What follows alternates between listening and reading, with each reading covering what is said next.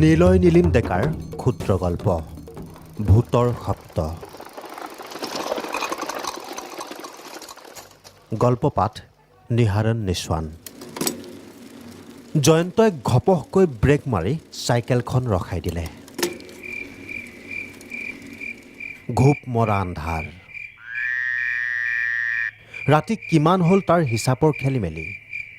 Theatre আৰম্ভ হওঁতে 8 মান বাজিছিল। এতিয়া হয়তো 11-12 মান হ'ব। বাটটোৰ দাঁতিতে থকা আমজোপাইচোন কথা কৈ আছে। তাৰ গোটেই গাটোত থৰ থৰকৈ কঁপিবলৈ ধৰিলে। ঝৰঝৰকৈ ঘামিছে। এই জনপ্ৰাণীবিহীন ৰাতি, মুকলি পথাৰৰ মাজৰ বাট, কাষত একমাত্ৰ প্ৰফুল্ল মাষ্টৰৰ ঘৰখন। উহ উহ উহ উহ উহ উহ কান্দোনৰ শব্দওচোন। কোনোবা মালতীৰ নামেৰে মাতিছে। ইচ ইচ ইচ ইচ ইচ সৰ্বনাশ, মৰিলো ঐ বুলি সি চিঞৰিব খুজিও মাতটো ভিতৰতে হেঁচি ধৰিলে। প্ৰফুল্ল মাষ্টৰৰ জীয়েকৰ লগত অহা মাঘত তাৰ বিয়া।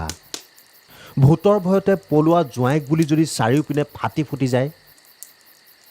কৃষ্ণ নাম লৈ জয়ন্তই ঘপহকৈ চাইকেলখনত উঠি পেডেলত দেহৰ সমস্ত জোৰ এৰি দিলে।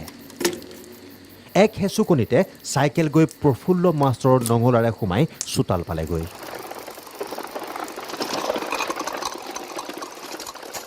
উঠৌ ৰূপা উঠচোন।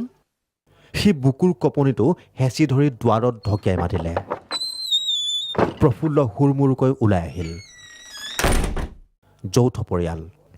ঘৰৰ সকলো উঠিল। লাঠি টৰ্চ দা য'তে যি পায় তাকে হাতত লৈ দুজনমান জয়ন্তৰ লগত পদূলিলৈ ওলাই আহিল।